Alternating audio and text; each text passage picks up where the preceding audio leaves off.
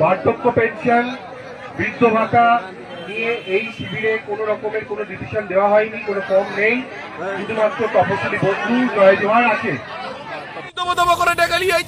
কোনোটা দেয় না, এসে বলছে আজকে এইটা হবে না, ওইটা হবে না, সেইটা হবে না, বার্ধক্য হবে না, বিধবা হবে না, যুব শক্তি হবে না, পিএম কিষাণ আমি পেতুন ঠাকুরের সম্পত্তিতে আজকে বলছে ওইটা তোমার কাগজই নাই আমাদের, তাহলে হবেটা কি? সে ভাগার হবে আবার কি? নমস্কার বন্ধুরা, আপনারা অনেকেই দুশ্চিন্তার মধ্যে রয়েছেন এবং অনেকেই চিন্তিত যে বার্ধক্য ভাতা 2000 টাকা পেতে কি আপনাকেও জনকল্যাণ শিবিরে গিয়ে নতুন করে ফর্ম ফিল করতে হবে। আর তাছাড়া যারা আগে থেকে বার্ধক্য ভাতা, বিধবা ভাতা বা প্রতিবন্ধী ভাতার টাকা পাচ্ছেন তাদেরকেও কি লক্ষ্মীর ভান্ডারের মতো নতুন করে লাইন দিয়ে কাগজ জমা দিতে হবে, নাকি অনলাইনে আবেদন করলেই অ্যাকাউন্টে ঢুকবে টাকা? সো বন্ধুরা, সম্মানীয় দর্শকবৃন্দ, গত কয়েকদিন ধরে পাড়ায় পাড়ায় এবং সোশ্যাল মিডিয়ায় এই ধরনের খবরে আপনারা অনেকে চরম আতঙ্কিত হয়ে পড়েছেন। অনেকেই ভয় পাচ্ছেন যে নতুন করে ফর্ম জমা না দিলে হয়তো পুরনো ভাতার টাকাও কিন্তু বন্ধ হয়ে যাবে। কিন্তু আজ আপনাদের জন্য একটি বড় স্বস্তির খবর নিয়ে এসেছি যে আপনাদের এই সমস্ত ভয় এবং বিভ্রান্তি দূর করতে আমি নিজে সরাসরি আমাদের এলাকার জনকল্যাণ শিবিরে গিয়েছিলাম এবং সেখানে সরকারি আধিকারিকদের সাথে কথা বলে যে নিখুঁত এবং খাঁটি তথ্য আমি নিয়ে এসেছি তা জানলে আপনাদের সমস্ত চিন্তা কিন্তু দূর হয়ে যাবে। তাই আজকের এই ভিডিওটি অত্যন্ত গুরুত্বপূর্ণ হতে চলেছে এবং একদম শেষ পর্যন্ত মনোযোগ সহকারে দেখতে থাকুন। চলুন শুরু করা যাক, কেননা অর্ধেক তথ্য যদি আপনি জানলে অবশ্যই কিন্তু উপকৃত হবেন না। দেখুন শুরু করা যাক। দেখুন প্রথমে বলি যে ভিডিও শুরুতেই আপনাদের একটু মনে করিয়ে দিই যে গতকালই বার্ধক্য ভাতা নিয়ে আমি একটা গুরুত্বপূর্ণ ভিডিও আপনাদের সাথে শেয়ার করেছিলাম, তাই না? সেই ভিডিওতেও কিন্তু আমি কিভাবে ফর্ম ফিল আপ করবেন আপনারা সেটা কিন্তু দেখিয়েছিলাম। আর তাছাড়া সেই ভিডিওতে কিন্তু অনেক কমেন্ট আপনারা অনেকেই নানা রকম প্রশ্ন করেছিলেন। কিছু প্রশ্নের উত্তর আমার কাছে থাকলেও এমন কিছু জটিল প্রশ্ন ছিল যার উত্তর শুধুমাত্র সরকারি গাইডলাইনেই পাওয়া সম্ভব। সেটা হচ্ছে যে আপনারা অনেকেই প্রশ্ন করেছেন যে অন্নপূর্ণা ভান্ডারের ক্ষেত্রে যেমন লক্ষ্মীর ভান্ডার প্রাপকদেরও নতুন করে ফর্ম ফিল আপ করতে হচ্ছে, বার্ধক্য ভাতার ক্ষেত্রেও কি নিয়মটা একই? এই প্রশ্নটা আমার মনেও এসেছিল, কারণ এটা খুবই স্বাভাবিক যে একটি প্রকল্পের ক্ষেত্রে যখন নিয়ম বদলাচ্ছে তখন অন্য প্রকল্পের ক্ষেত্রেও কিন্তু হয়তো নতুন নিয়ম আসতে পারে। এই হয়তো বা সংশয়টাকে দূর করার জন্যই কিন্তু আমি সিদ্ধান্ত নিই যে কারো মুখের কথায় বিশ্বাস না করে সরাসরি জনকল্যাণ শিবিরে গিয়ে আসল সত্যটা যাচাই করে আনবো। কেন্দ্র এবং রাজ্য সরকারের সমস্ত প্রকল্পের কাজ যেখানে চলছে সেই ক্যাম্প থেকে কিন্তু আমি আপনাদের জন্য সবথেকে বিশ্বাসযোগ্য আপডেটটি নিয়ে এসেছি। দেখুন এবার প্রথমে আসি। দেখুন প্রথমে বলছি যে 2000 টাকার কি আপডেট রয়েছে এবং পুরনো প্রাপকদের স্ট্যাটাস কি দেখাচ্ছে। দেখুন প্রথমে আসি সবথেকে বড় এবং গুরুত্বপূর্ণ প্রশ্নের উত্তরে। বর্তমান সরকার ক্ষমতায় আসার আগে প্রতিশ্রুতি দেওয়া হয়েছিল যে বার্ধক্য ভাতায় 2000 টাকা করে দেওয়া হবে।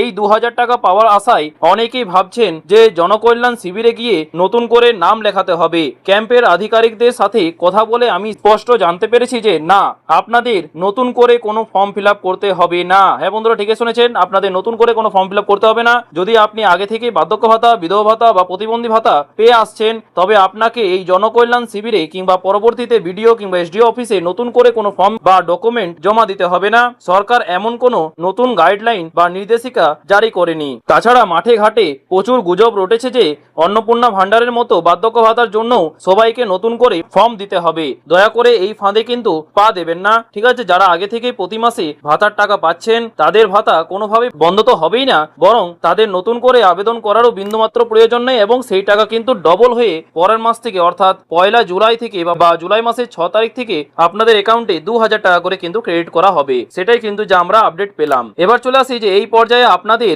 আর একটু বিস্তারিত বুঝিয়ে বলি। দেখুন বার্ধক্য ভাতার ক্ষেত্রে মূলত দুটি ক্যাটাগরি বা ভাগ রয়েছে যেখান থেকে আপনারা টাকা পেয়ে থাকেন। এক হচ্ছে WBCD ওল্ড এজ পেনশন অর্থাৎ রাজ্য সরকারের ভাতা। এই প্রকল্পের অধীনে যারা ভাতা পান তারা প্রতি মাসে নিয়ম করে 1000 টাকা পাচ্ছেন। এই পেমেন্ট নিয়ে কোনো সমস্যা নেই, ঠিক আছে? দুই হচ্ছে Indira Gandhi old age pension অর্থাৎ কেন্দ্রীয় সরকারের ভাতা।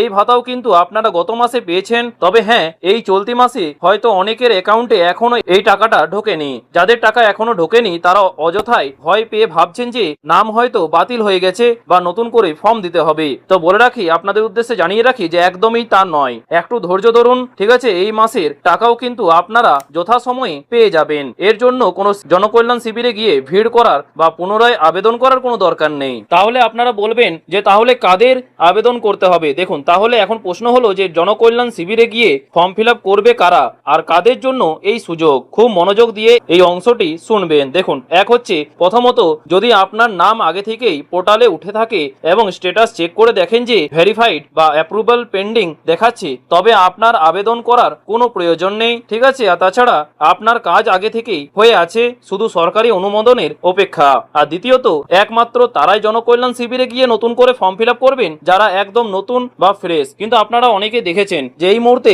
অনেক ভিড়ের কারণে এবং অনেক ক্যাম্পে কিন্তু কাজও হচ্ছে না। এই নতুন সরকার কিন্তু আপনাদেরকে অনেক প্রতারণার সৃষ্টি করছে, সেটা তো আমরা অলরেডি দেখতেই পাচ্ছি এবং আপনারাও দেখছেন। এবং আপনারাও, আপনাদের মধ্যে অনেকেই হয়তো সেই ক্যাম্পে গিয়েও দেখেছেন যে কতটা পরিমাণে দুঃখের বিষয় যে আপনাদের কোথাও কিন্তু শোনা হচ্ছে না এবং ফর্ম ফিল আপ তো করে দিচ্ছে না, আর তাছাড়া ফর্মও দেওয়া হচ্ছে না, অনেকে কিন্তু ফিরিয়ে দেওয়া হচ্ছে। এটাই কিন্তু আমাদের এখন দুঃখের বিষয়। এই নিয়ে আপনাদের কি মতামত অবশ্যই কিন্তু কমেন্ট বক্সে জানাতে ভুলবেন না। আপনিও এই জটিলতার মধ্যে শিকার হয়েছেন কি হননি অবশ্যই কমেন্ট বক্সে জানাবেন।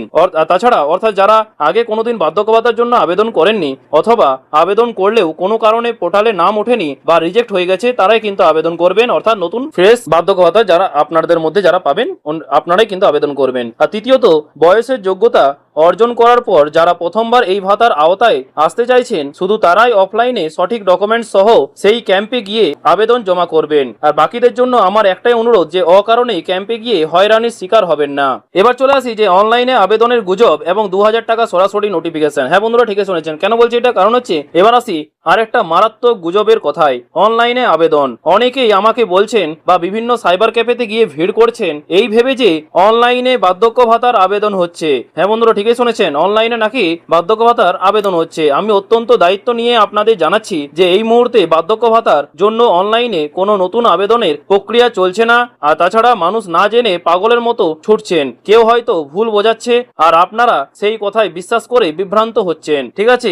আপনি যদি আমাদের চ্যানেলটিকে যদি আপনারা প্রতিনিয়তই ফলো করে থাকেন, তাহলে আমি অলরেডি বলেছি যে এই ফর্ম ফিল আপ কিন্তু অনলাইনে তো হচ্ছেই না, প্লাস অফলাইনে কিন্তু সম্ভাবনা রয়েছে, কিন্তু এই মুহূর্তে সেইভাবে ফর্ম ফিল আপ হচ্ছে না, ঠিক আছে। আর তাছাড়া 2000 টাকার ভাতার যে বিষয়টা আমি কালকের ভিডিওতেও কিন্তু যেমন বলেছিলাম, যে আজও স্পষ্ট করে বলছি। দেখুন, সরকারের তরফ থেকে 2000 টাকা দেওয়ার বিষয়ে এখনো পর্যন্ত কোনো অফিসিয়াল নোটিফিকেশন বা আপডেট আসেনি। বর্তমানে অন্নপূর্ণা ভান্ডারে কাজ চলছে।